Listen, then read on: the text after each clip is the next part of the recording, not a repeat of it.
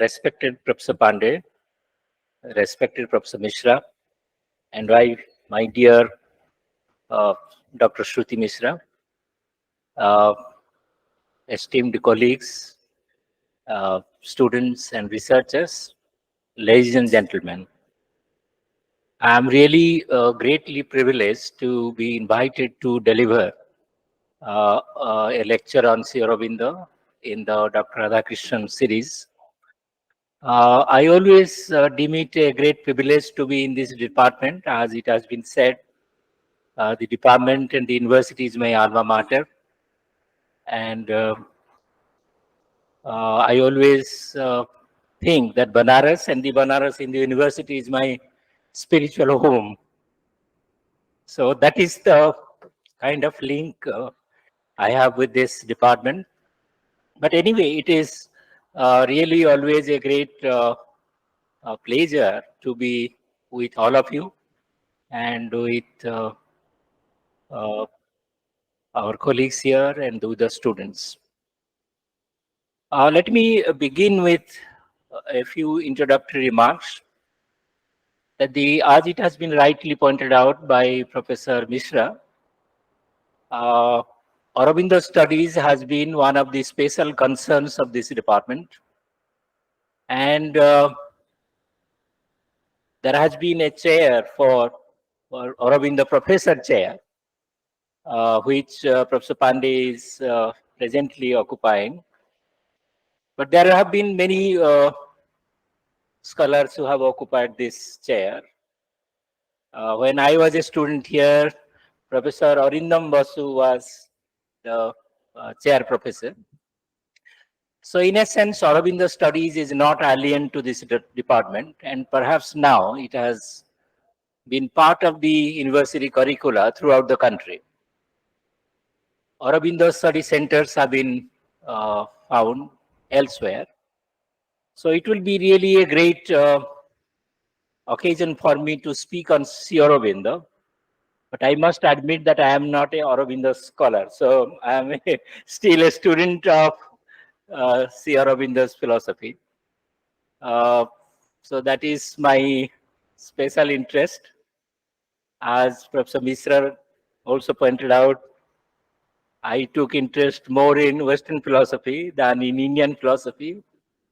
But especially philosophy of Aurobindo brought me back to Indian philosophy in however indirect way it may be. Let us begin with the idea of who Sri Aurobindo is. Why should we study him now? Aurobindo is not simply a philosopher. He was never an academic philosopher. He didn't serve in any university. He established his own ashram, and all his books have been published from the ashram. But ashram itself is a university, but he never taught there. People taught there, but he never taught. He is the guru in that sense. The word guru is profoundly significant in Indian tradition. It doesn't mean just one who teaches in the classroom, but it means one who can influence generations of people through his writings and through his speeches. So in that sense, he is a great teacher, a great professor, a great philosopher, but a great poet as well. He is not only a philosopher, but also a poet, a visionary, a seer, so to speak. The word seer comes from the ancient tradition, where the seer is the drashta, one who sees the truth. He doesn't think about the truth, but he sees the truth. Therefore, he is the Satya Drashta. And Sri Aurobindo is the Drashta. And in Indian parlance, a philosopher is also a Drashta. Because for us, philosophy is Darshana. Darshana means to see. And Drashta is one who sees the truth. So in that sense, in Indian parlance, he is a philosopher. So the question that arises is, what is Sri Aurobindo's relevance to today's world. When the world is going through different conflicts, social, moral, and economic, how can Sri Aurobindo's message of supermanhood make any sense? One can ask. How can he message of the arrival of the supramental age will make sense to a modern generation which it doesn't know even what is to be rational properly? So in this twilight age, this is the age of twilight, Sandhya Kal. The past is gone, we are not sure of our past, and the future is uncertain. And in this age of Sandhya Kal, the twilight, what will be the relevance of Sri Aurobindo? Will he be a pathfinder for us? Will he bear the searchlight for us? Will he be the beacon light for us? My answer is yes. Since this is the time when our past we do not know and our future we are not certain of, and Sri Aurobindo comes to tell us not to be disheartened, to look to the future. In fact, he will say, look within yourself and you will find the future in it. So therefore, Sri Aurobindo, as a person, as a philosopher, and his massive philosophical writings make sense. Let us now see what are the ideas on which he built his philosophy. What are the sources of Sri Aurobindo's philosophy? Is it the West or is it the East? Where did he look to get his philosophical inspiration? As we know, every philosopher is the product of an age, is the child of an age and of a culture. No philosopher can start thinking anew or completely de novo. That is not possible because every human being is part of a tradition and a culture. So in that sense, it is right to suggest that Sri Aurobindo must have his sources somewhere. He was born, not though he was born in India to a very wealthy and educated family, but he studied in England. All his education happened in England because his family, especially his father, who was a doctor, wanted him to be a perfect Englishman, a perfect, pure and simple Englishman. And that again, his father wanted him to be an ICS officer, equivalent of the present IAS officer. So these are the dreams which his family had, and with that, he was sent to England. But see the destiny that took him away from England and to put him back to his motherland, India. He served in Baroda as a professor of English and French literature. Then, as fate would have it, he was drawn into the uh, freedom movement, early days of the freedom movement, which happened after the partition of Bengal. He was drawn into active politics. And when politics didn't satisfy him, he retreated into the French colony called Pondicherry and started his sadhana, which took him almost 40 years to accomplish his dream project of establishing a divine society, not only in the ashram, but elsewhere in the whole world. In fact, that was his dream project. So this is the philosopher who traveled through a uh, long uh, cultural traditions and came back to India. And with vengeance, he studied Indian literature, philosophy, spiritual traditions, tantra included, yoga included, and in no time he became accomplished in all these areas. And that is the source of his philosophy. So let me go back precise source to which we can really trace his philosophical thoughts. It is to the Vedas and Upanishads that we must look back to. In his great book, The Secret of the Veda, he has propounded his own interpretation of the Vedic literature, and he has rejected the amount of literary interpretation that was given by mostly the Western scholars and also Indian scholars like Sayan and others, that Vedic literature is nothing but the early primitive poetry dedicated to the natural forces. But Sri Aurobindo found, to our great relief, that the Vedas were the products of highly developed minds called the Vedic rishis. Rishi is again another term which I am profoundly fond of, and that also means a seer. Rishi is not just a genius, but a super genius who can see the things aright.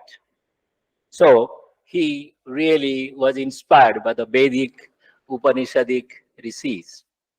And from that, he derived his philosophical ideas. His commentary on some of the Upanishads is really highly elevating and and very different from other writings on Upanishads. Those who have time among the students can go back to his book on Upanishads. And there I find the very foundation of his philosophical ideas. He finds out the idea of supermind there and the idea of the truth there. So that is the source of his philosophical ideas. He wrote on the Gitas, as you know, his famous book, Essays on the Gita. And that is also a marvel interpretation of a traditional text called the Bhagavad Gita. Many people have written on Bhagavad Gita, including our great acharyas like Sankaracharya, Ramanujacharya, and other acharyas. But you find when you read the essays on the Gita, not exactly a commentary, but exactly an insightful interpretation of the Bhagavad Gita. And these are the marvelous texts in which we find his philosophy expounded. But his magnum opus definitely is the Life Divine. I think all students of philosophy do know that the Life Divine is a landmark development in the progress of Indian philosophy.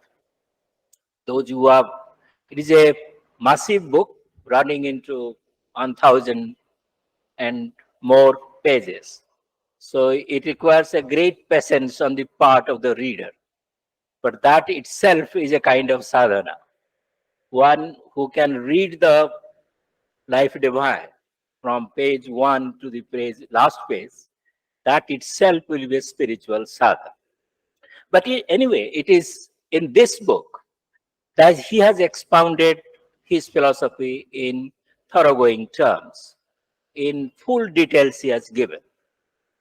So that is how his philosophy came into being from these sources, which are definitely Upanishadic in spirit and later. What is the central concept then of his philosophy? Every student of philosophy will ask, what is central to his philosophy? He has written so massively that it is not difficult to read all the literature at a time within a short span of life. It may require the whole life itself. So in that sense, it is not easy to find out where we must begin. And I want to begin from somewhere. So that somewhere must come from the Life Divine itself. So Life Divine will be our starting point. And perhaps it will endlessly take us to his book, The Hour of God, The Synthesis of Yoga, and so many so forth. So where should we start then? Let me try to find this central concept in his Life Divine like this. The Life Divine itself, though it is a book, but it is also as we say, it is a great book. It is not just a book, it is a great book called a Grantha. When we say it is a Grantha, it is not just any book. It is not Pustak, it is Granth. So it is must be a classic. And it is, though Savitri was his poetic composition, Savitri, one of the greatest epics of our time, though that is an epic form, but the life divine is no less epic. Epic in proportion, epic in insight, and epic in its magnificent ideas. So, if we go through the life divine, I find that his central philosophy is expounded in no uncertain terms. From the first chapter of human aspiration to the last chapter on the life divine or divine life, this is the great journey that, according to him, man must take. From the human aspiration, he's talking about the human aspiration. And aspiration for what? Not to conquer the world, not for power, not for anything, but to gain, perhaps we can say, spiritual power or spirituality in short. That means how to establish divine life in oneself and also in the external world. That becomes the motto of the life divine. So it is a journey from the human being to the divine. So the life divine really finds out the ways in which man will aspire for the divine and how man will proceed progressively through a trajectory of evolution to the divine.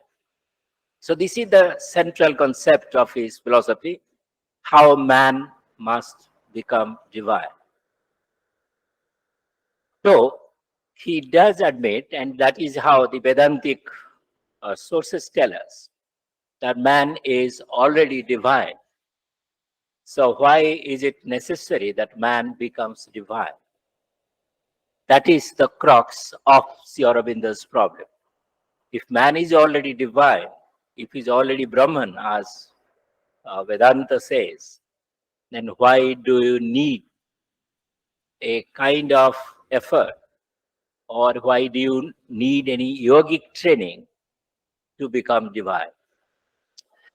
So this is where he has to solve the problem of becoming, the problem of becoming divine.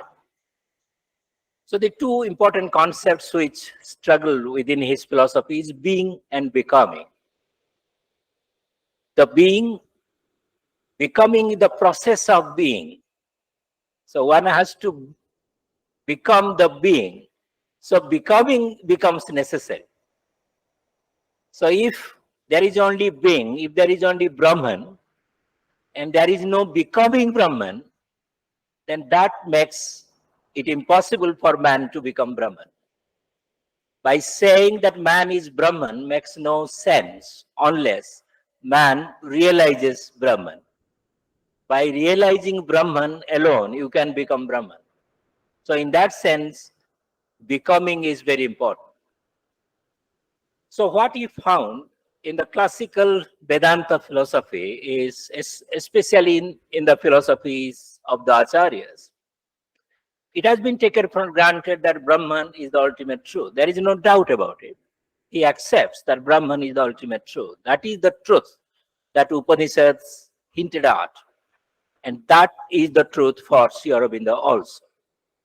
But what is more important for him, how to become truth conscious. That is more important for us. For a man, it becomes important how to become Brahman.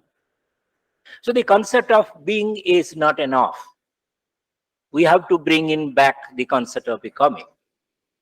And Sri Aurobindo starts with, though, he starts with the concept of being, the divine, he says, the Sachidananda, what he calls the ultimate reality. Sometimes he says the word God also.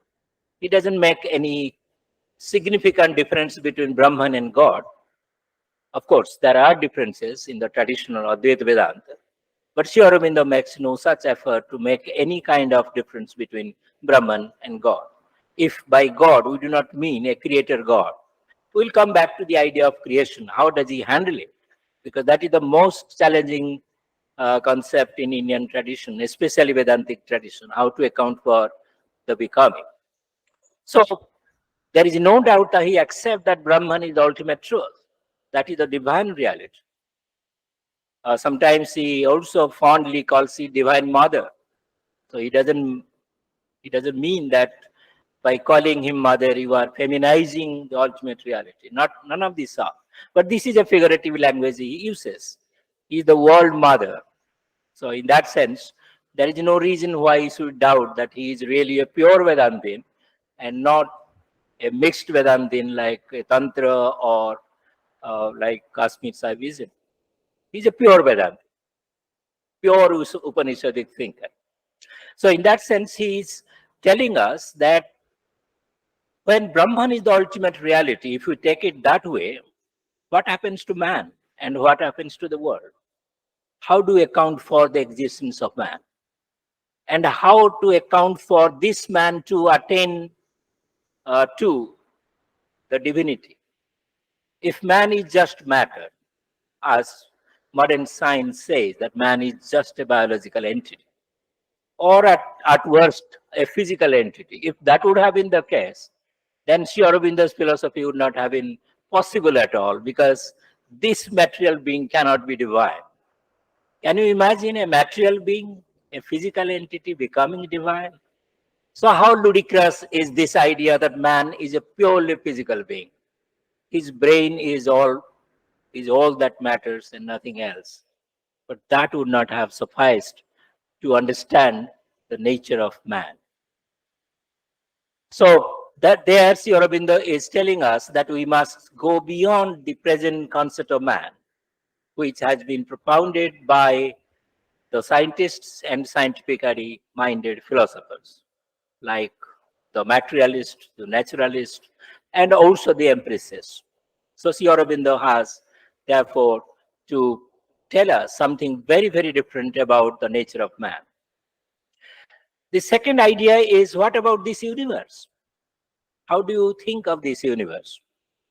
If Brahman is the ultimate reality, then what happens to this universe? Is then the universe is real or unreal? A traditional Advaitin will say, perhaps it is Maya, it is illusion. It is unreal. Why it is unreal? Because it is not Brahman. Brahman is the ultimate reality. So world, everything that the world contains goes haywire. It becomes illusion. Sri Aurobindo thinks this must be a wrong interpretation of the word Maya itself, or it is a wrong ascription of illusoriness to a concrete existence called the universe. The universe, as the scientist say, is really real. It is there very much with us. And without that, we cannot have any sustenance. So in that sense, the universe is also real. So Sri Aurobindo takes a dig at his predecessors. At least he thinks the Mayavadins. Whether Sri Shankaracharya, Adi Shankaracharya is a Mayavadin or not, it is a matter of debate. But perhaps the word Maya was excessively used by the traditional Advaitists. If you read Shankaracharya's Vivek Chudamani, for example, you will find the Maya in the sense of illusion has come with full force. The world becomes like a dream object. I think that is an excessive interpretation of the nature of the world. Yes, Brahman is real. But does that necessarily mean that the world is also unreal? Why could this world not be Brahman itself? Why not we think that way? So Sri Aurobindo says that Brahman, the world itself is Brahman. So why are you searching for Brahman elsewhere? See it in the world. The entire world is a transformation of Brahman.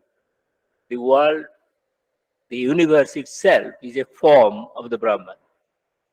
Let us see how he can really tell us that the world itself is Brahman. Then in that sense, every material object will be Brahman. Of course, we will become Brahman. There is no doubt about it, because Upanishads say, Aham Brahmasmi. So I am also Brahman. So everybody is Brahman. Then also the Upanishad says, Sarvam idam khalu Brahman. Everything indeed is Brahman. If that is so, then why not see Aurobindo's idea that the universe itself is Brahman? It is not Maya at all. It is not an illusion. It is not an adhyasa by the human mind on the supreme reality called the Brahman.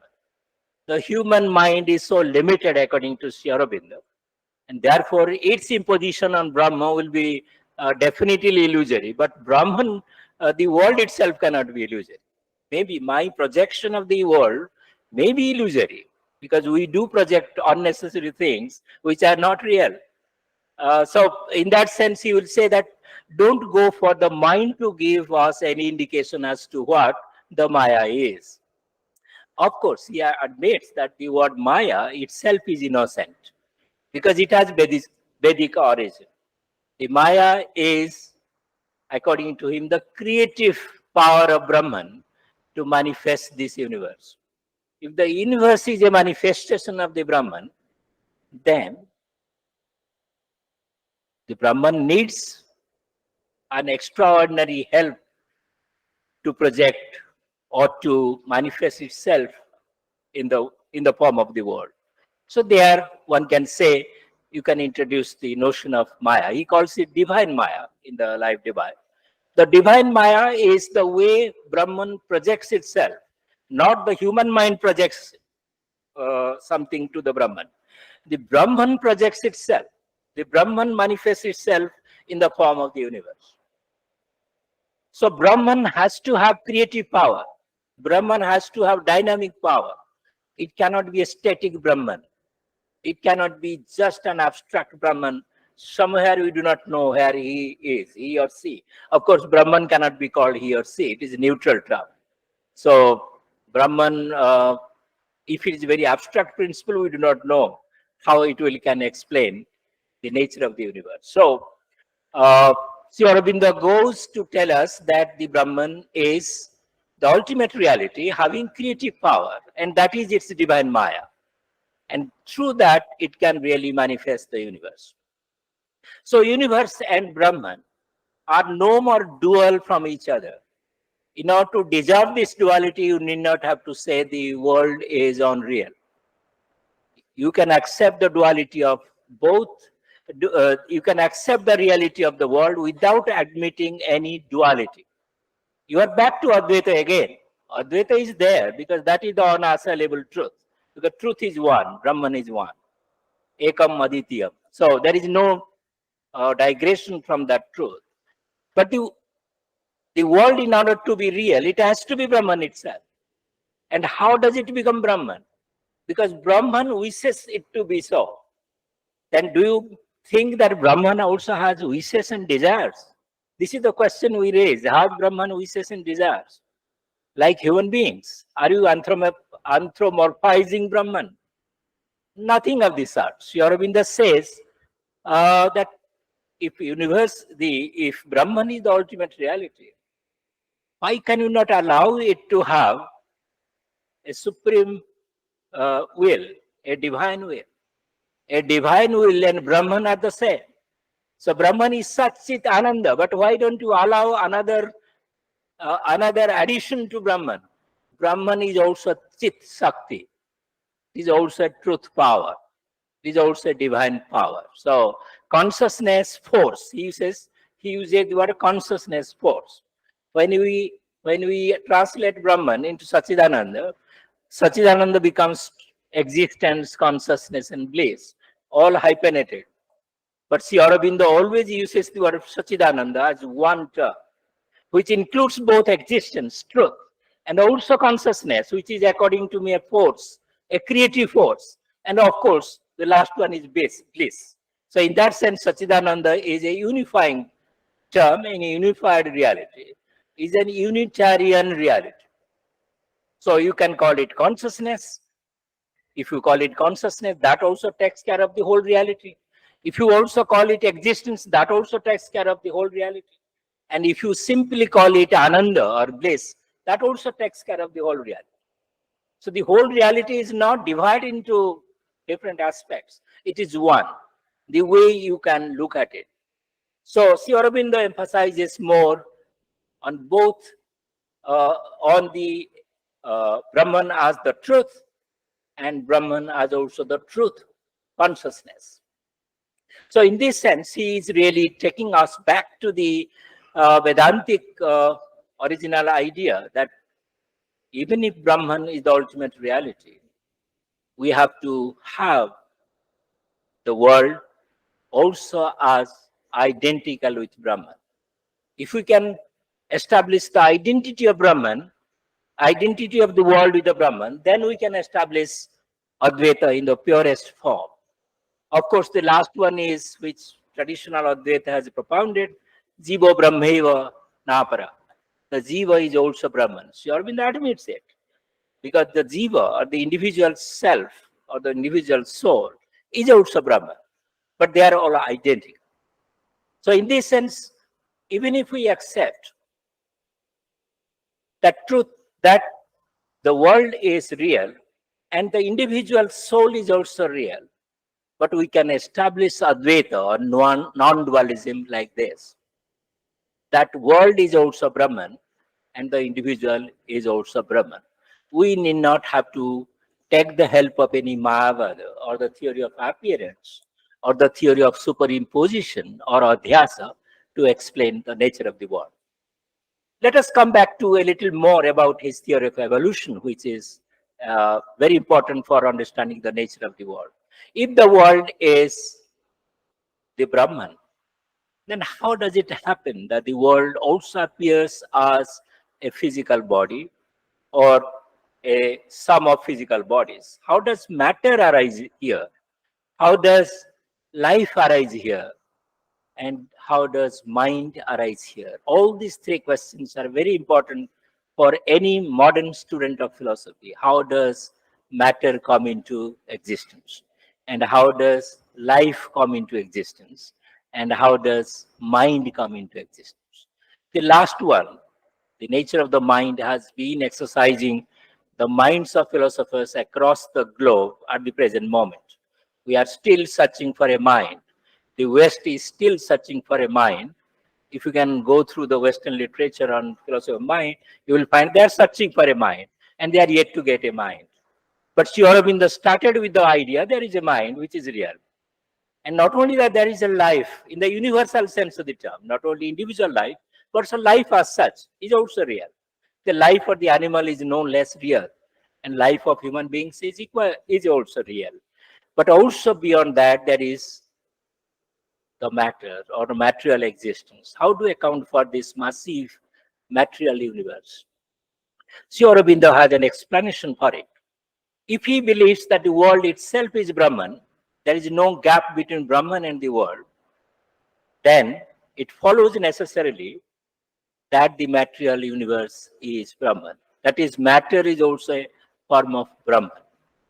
And by that logic also, life is also a form of Brahman. And by the same logic, mind is also a form of Brahman. How is this possible? That is the question that we must raise. Now, it follows logically from his first premises that the world is, that the ultimate reality is Brahman. And the rest of the things are going to be identical with Brahman. But how does this really happen? Because cosmos is not a mere static entity, it's a dynamic process. And science tells us, and our common sense also tells us, that the world is evolving. The world is going further and further. If you take the Big Bang theory, that also one can explain that it is a way of explaining the world, how it came into existence. And if you take Darwin's account of the progress of the universe, the evolution of the universe, that also shows he was concerned with the evolution of life, but that is how he tells us that through selection of species, the nature is progressing from the primitive animal organism to the higher animal organism. All these theories do point to the fact that the world is a dynamic process. It is an evolutionary process. The idea of evolution came to Sri Aurobindo definitely from the West in a certain sense, because he was aware of the 20th century philosophical traditions elsewhere, that philosophy is agog with the idea of evolution of the universe. Now, of course, except biology, except in biology, evolution concept doesn't greatly influence people, or they do not accept it, because after the arrival of many philosophical ideas like postmodernism, the idea of evolution also is abolished. The idea of evolution doesn't make any sense, because postmodernism is uh, more concerned with how everything is regressing, how it is going back, and not how it is progressing. The concept of progress is really outmoded according to many postmodern thinkers. So Aurobindo is thinking in this scenario about how to account for the evolution of the universe, how to bring, how to bridge the gap between man and Brahman, how to bridge the gap between world and Brahman, how to bridge the gap between between matter and Brahman. This is the biggest gap, matter and Brahman. They appear to be contradictory of each other. Brahman is consciousness and matter is unconscious. How can they come together? How, by what kind of imagination you can say this matter which is unconscious, supposedly unconscious, is also conscious? So that will be the greatest challenge for Sri Aurobindo. And that is what Sri Aurobindo's philosophy is going to tell us, that this challenge also can be met from within Aurobindo's framework. The Aurobindo's integral framework, as you know, that is philosophy known as integral philosophy. If you have a standpoint called integralism, you can really integrate matter and mind and life with Brahman. And that is how Sri Aurobindo is going to do it. So in order to explain how evolution is possible, he cannot be satisfied with the modern theories of evolution, whether it is theory of emergent evolution of Samuel Alexander or Lloyd Morgan, or the theory of evolution of the creative evolution by Bergson.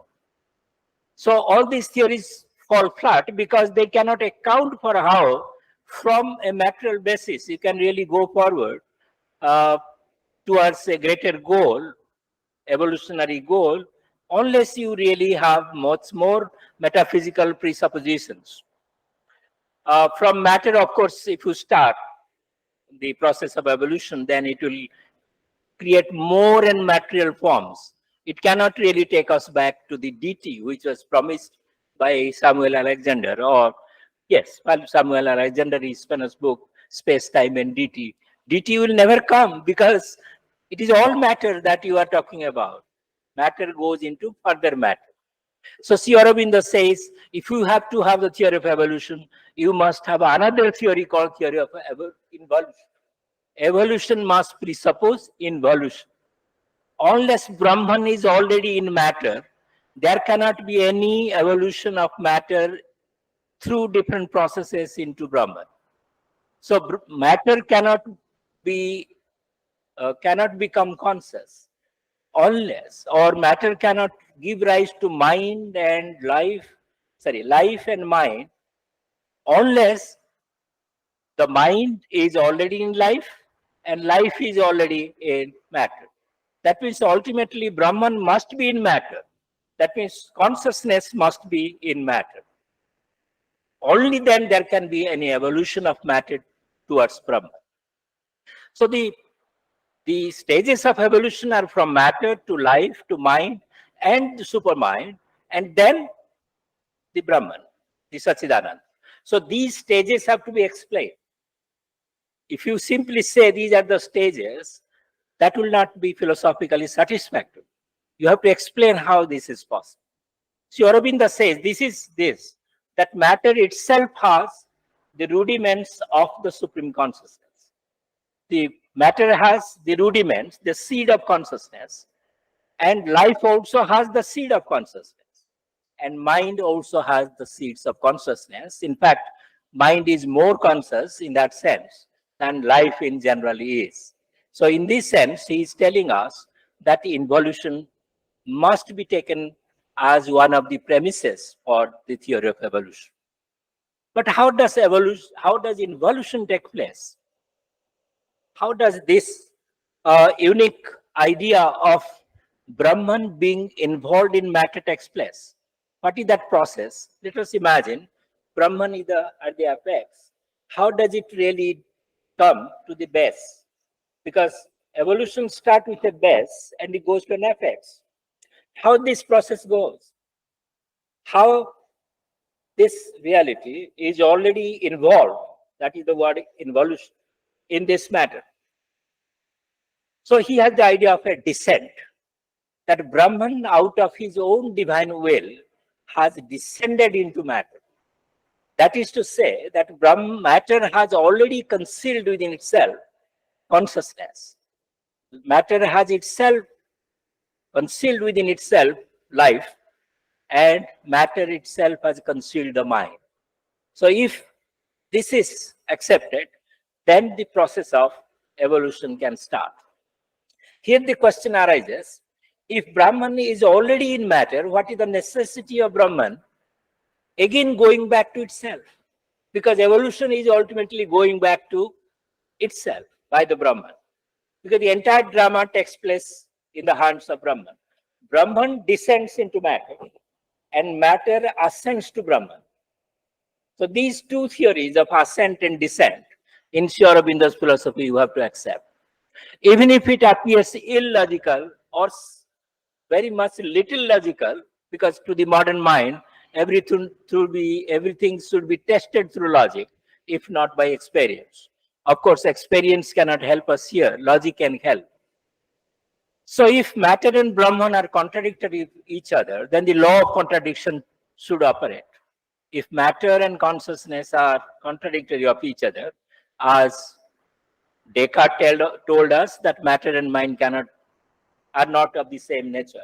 Though they can go together, but they are not of the same nature. So there is some kind of contradiction between matter and Brahman. So then, how to resolve this contradiction? And there is also a contradiction, supposed contradiction, how Brahman, which consciousness, becomes unconscious matter or apparently unconscious matter. How does it happen? How descent takes place? And then again, how the ascent takes place. Now, this appears not to fit into the logic, as we know the logic called formal logic, because if P, then not P and not P cannot go together. The two opposites cannot go together. Then how Brahman and matter, two opposites can go together? In fact, ultimately become identical. Therefore, he appeals to something called the logic of the infinite. How can we explain this? Then he says, think about the logic of the infinite. The infinite consciousness has its own logic, just as the finite consciousness for the human mind has its own logic. So in order to understand this, we have to appeal to the logic of the infinite. The infinite consciousness chooses to or wills to limit itself in the form of finite entities called matter, life, and mind. These are all finite entities. So the Brahman, which is infinite, chooses to become finite. That is how he tells us that the logic of infinite must really must be appealed to explain these facts. Now, let us come back to the other aspect of the problem. How does the idea of a supermind evolve, or how does the supramental consciousness evolve? That was the greatest challenge for Aurobindo to tell us how supramental life is possible, how supramental beings are possible, and how supermind itself becomes a new reality in the universe. For this, he again depends on the idea of evolution and involution. If Brahman is already in matter, life, and mind, then it is possible for the human mind to proceed towards or evolve towards the supermind. The supermind really becomes a higher mind, a more illumined mind, a more intuitive mind. It says the different stages of the mental development takes place before we reach the supermind or supramental consciousness. Let us throw some light on the idea of a supermind. We all know what mind is. That mind is that which thinks, mind is that which perceives, which organizes our experience, mind is that which gives us enough conceptual power to build a model of the universe, and this is how science proceeds.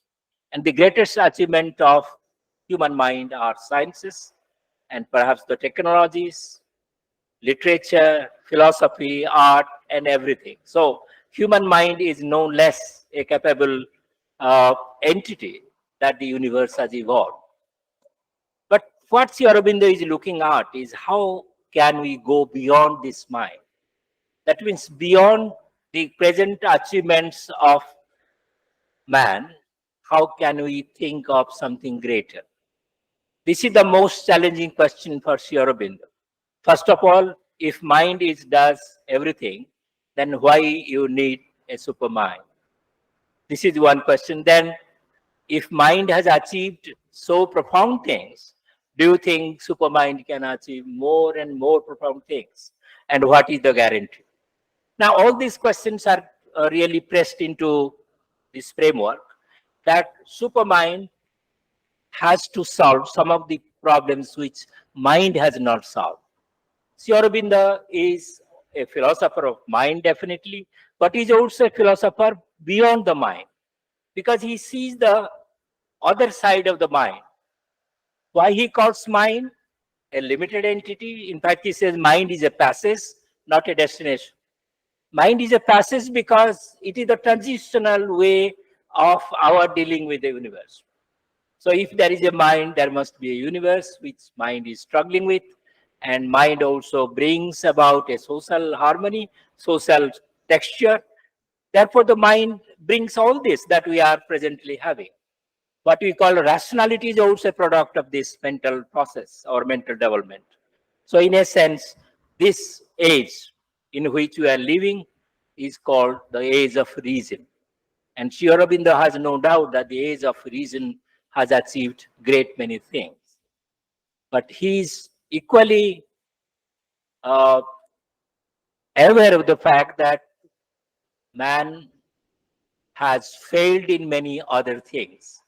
First of all, man has failed to look beyond the present. Man has failed to see beyond his own achievements. In fact, the same mind is destroying what it has built. You look at the idea of a war, how the same war brings everything down to earth, down to the dust. Again, man builds up out of the ashes of the war. This is how mind works.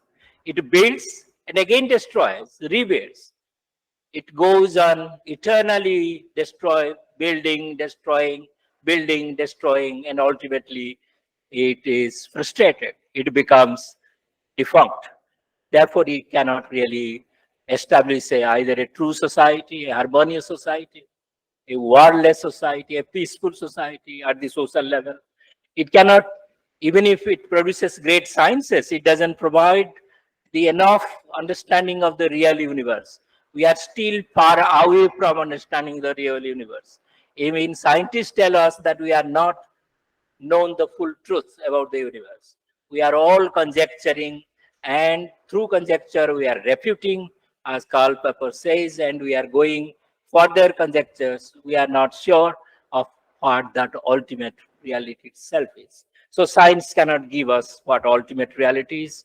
Philosophy is busy in quarreling among themselves. One philosophy says one thing, another philosopher says something very different. If there is a Marxist among us, he will say all of that you are talking is a humbug. So look at the human mind. Here is a mind who says there is a bright light before us, and the other says, oh, there is darkness. So how to account for this? Because we have been taught by the Upanishad that we have to search for light from darkness. Asotama satgamayo, tamosama jatirgamayo.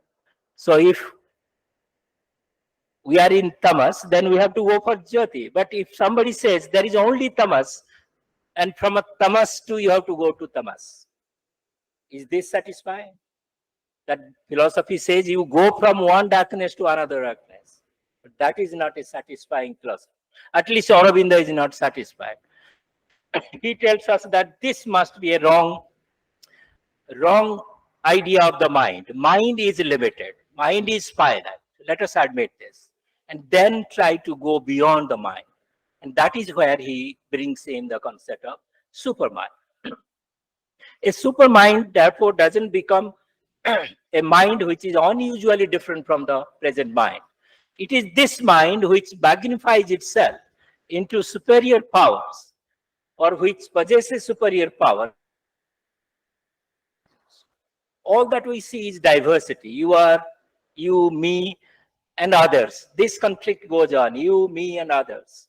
The entire human world is divided between me and the other. And there is conflict between me and the other. We are yet to solve how to know the other mind. That is a great idea of the Western thinking, how to know the other mind. One doesn't know how to really explain this. So one can say that we are really quibbling about something we know. I know what you are thinking at this moment, but yet philosophically, I will say, do I know you? Do I know your mind? All these are philosophical disabilities because we do not know the unity of things. We do not know the truth. That is the final judgment about the mind. Mind cannot lead us to the truth. So in order to know the truth, we must have a super mind. A mind which is more capable, more sensitive to truth. A mind which is truth conscious. And that is the supermind. If supermind, if possible, let us admit it is possible. Why? Because if mind is possible, if mind has evolved out of matter, life, then why not a supermind? That is Aurobindo's logic. That if mind has come into being, then supermind also must come into being. That is the force of the evolutionary process. That is the evolutionary necessity, you can say. If there is no supermind, let us create one, he will say. If there is no supermind already, let us create one. In the sense that let us try to get one. Let us try to be superhuman, supramental, if we can really try. That is his message. With this idea, he brings the idea of yoga. The idea of yoga has really got a very popular image now, that yoga is nothing but a physical exercise, something health oriented. It is a part of health regime. But that is not the yoga that he is talking of. Yoga is the union of man with the divine. Yoga means union. So he takes the clue from the Gita, because Gita is the greatest yoga sastra. It is Brahma Vidya and also yoga sastra. So why it is yoga sastra? Because it teaches yoga, how to implement your ideas in the actual life. So yoga is how to unite this man, this little man, this finite man with the infinite Brahman. If it is possible, he says, yes, it is possible. Because your mind, which is finite, has already the seeds of infinitude, seed of the infinite consciousness. Your consciousness, which we call the normal human consciousness, is also having the potentiality of becoming a divine consciousness. This is possible in different forms, different ways. A poet may realize it through his poetic composition. A singer can realize through his singing. A dancer can realize through his dancing. A teacher can realize this Brahman consciousness through his teaching. A student can realize it through his reading and through his really thinking. So every thinking being is capable of knowing, capable of being, capable of going beyond himself or herself. If this is not the case, then what is to be a human being? Had it not been the case, how can somebody compose a song like Ye Sarva Vidya Ki Rajadhani? Look at this song. The great scientist composed it. Yes, Santi Swarup Bhatnagar. A scientist composed this. Such a mesmerizing song. It should not be only a university song. It can be a universal song. When I hear this song in so beautiful voice, that is the divinity that I realize, that a man who has composed this must be inspired by a divine idea of a universal capital of knowledge. Banaras may be capital in the physical sense, But if you take it poetically, that is the Sarva Vidya ki Rajdhani. What a fantastic idea of imagination the poet must have. This is how a poet realizes divinity.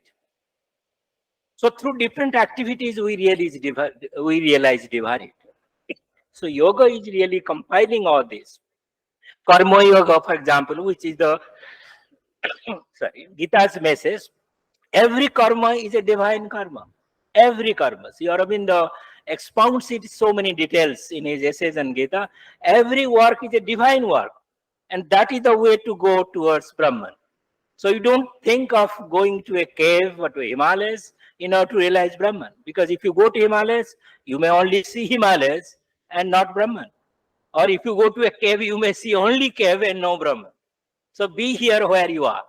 And there you realize Brahman, your work.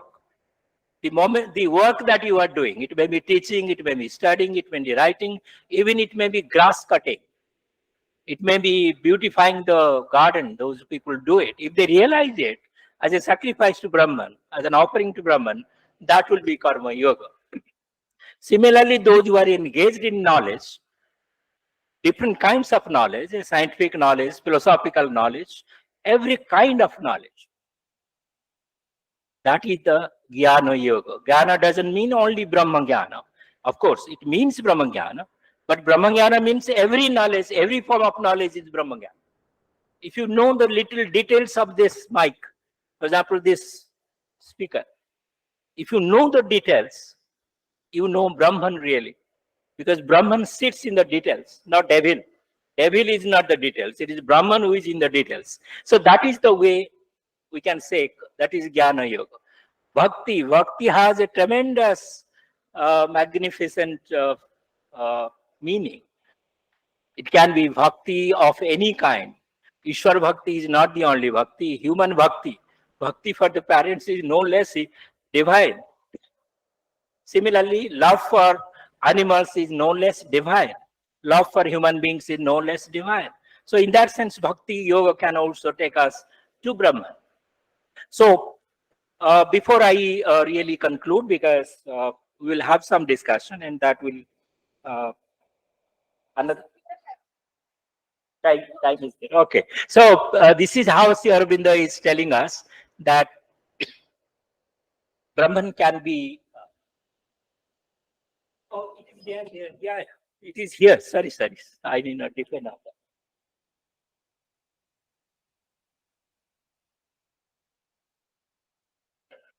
So Sri Aurobindo is really giving new meaning to these concepts. Jnana, bhakti, karma, these are the old concepts.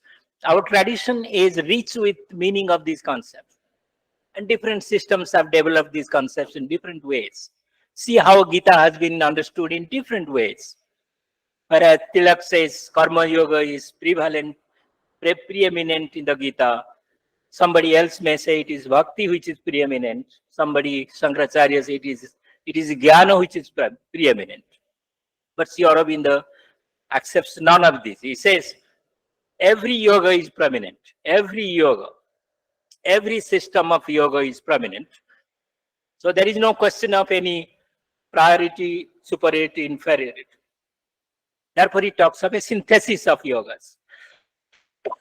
All yogas are to be synthesized in the sense they constitute a holistic framework, how to take us from ourselves to the divine, from the finite to the infinite, from the untruth to the truth, from the death to immortality. That is the famous Brihadaranyaka Upanishad sloka, that we have to go from death to immortality. Now, these aspirations for human beings will be achieved according to Sri Aurobindo only if we take all the aspects of human reality into account. And that really brings in the idea of integration of the human nature. Human nature itself has to be integrated because the thinking faculty, the physical aspect of human reality, all are part of the same being. So the distinction between body and mind doesn't is involved in body, and body is the very primus of every kind of evolution. So in that sense, our physical being is also a mental being, and our mental being is also a supramental being. So what is the gap between mind and the supermind? It is a matter of realization. The gap is a gap of realization.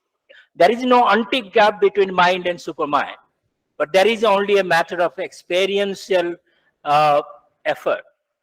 The gap is in experience. We do not experience mind as supermind, but if we experience mind as supermind, then we can reach supramental consciousness. So the supramental consciousness, of course, he says it will descend, but descend from where? So we can ask, what is this descent? Does it come from the sky? No, he's not talking of a sky from which it comes. Brahman is not in the sky. Brahman is here. It is in us, but we have to realize it. So that he calls the descent. So descent of Brahman into matter, and matter ascends to Brahman. So the ascent and descent process takes place within our own consciousness. So ultimately it is in and through consciousness that we can realize the supramental consciousness. And that is the way we can realize Brahman. If this realization is possible, then life divine or divine life is possible. Now the last question which I must address, and that is a key point. Is it individual transformation of consciousness that he is talking about? Is he talking about some kind of a individual salvation, as we thought earlier? Am I only concerned with my own liberation? This question has been raised. So many have thought that the liberation is so individual that whether he attends liberation or not has nothing to do with the society itself. So society is left out, and the man is in search of his own salvation. So there is the gap between the individual and the society. Sri Aurobindo wants to bridge the gap between the individual and society. If the society is not liberated, how can I be liberated? If the society doesn't have happiness, how can I be happy alone? Is my happiness possible if society around me is not happy? If society around me is not spiritual, can I become spiritual? If society around me doesn't have any realization of the divinity, can I become a realized person? So Sri Aurobindo says that it is not only Jivan Mukti that I want, it is the Jivan Mukti of a whole race. The whole society must have Jivan Mukti. That means we must think of a society which is a society of Superman. And that word Superman may look slightly puzzling, but it means one who has the realization of the supra consciousness, supramental consciousness is Superman. A Superman is one who will be searching for harmony, establishing harmony within himself and outside himself. That means the society must be so congenially reconstituted, reformulated, that it can give rise to a race of self-realized, Brahman-realized persons. So my Jivan Mukti must be co-terminus or simultaneous with the Jivan Mukti of others. So how is this possible that if I become Jivan Mukta, the others must be Jivan Mukta? Either I must try to make him Jivan Mukta, or there is a simultaneous realization of Jivan Mukti. This will be possible. Like, for example, if you have a Sangha, like in the Buddhist tradition, we have a Sangha. Why the Sangha was established? A Sangha is established to make everybody capable of Nirvana. Everybody gets Nirvana. Therefore, it's a Sangha of the people having Nirvana. That means the Sangha of the Arhatas or the Sangha of the Buddhas. So in that sense, Sri Aurobindo believes that no more we can talk of the liberation of individual self. It must be a collective and collective self, or the whole national self at a certain level, or this whole human self, if you say, the whole human race must aspire for the divine life. If this aspiration can be established on a larger scale, on a grand, massive scale, then the idea of a supramental consciousness will be meaningful. So the idea of a supramental descent, which he talked about, and he said supramental supermind has descended to earth. He meant that it has descended into his own consciousness and his fellow men's consciousness. That is why the concept of a Aurobindo that he established, or which was established inspired by his ideology. Aurobindo is also the city of the dawn, the city of the divinely inspired people, the people who can aspire for a spiritual power or spiritual life. So, to summarize, what did Aurobindo's philosophy really means for us? Where do we go from here?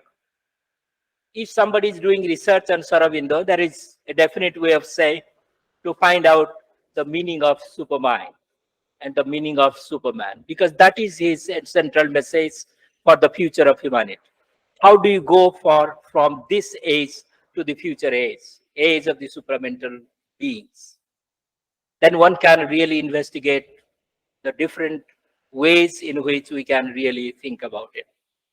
So the message of Sri Aurobindo is that don't be forgetful of what humankind has achieved so far, how human race has really glorified itself with so many achievements, but at the same time, human race has also failed to establish a peaceful and harmonious society. If this is the case, then it is all the more necessary why we must try to bring about a change within ourselves, a transformation of our consciousness. So Sri Aurobindo's philosophy is not only an evolutionary philosophy, not only an integral philosophy, but also a transformative philosophy. Philosophy is for transformation. In fact, it is Marx who said in some context that philosophy is not to contemplate, but to change. I think Sri Aurobindo will endorse it, that only thinking about Brahman will not do. We must try to become Brahman. Thinking about consciousness will not do. We must try to change our consciousness. So this change of consciousness, this transformation of the human nature, human mind, and human consciousness is the ultimate goal of an Aurobindian philosophy. So philosophy for Sri Aurobindo is to change the world. And as long as this change is not possible, philosophy must continue to strive after this change. So let us conclude by saying that we must, whenever possible, study Sri Aurobindo and also raise questions about these ideas, because that is what philosophy at a certain level means. We must question them. We must think about them. By questioning only, we can bring out new ideas. Okay, with these words, I thank all of you for a patient hearing. Thank you so much.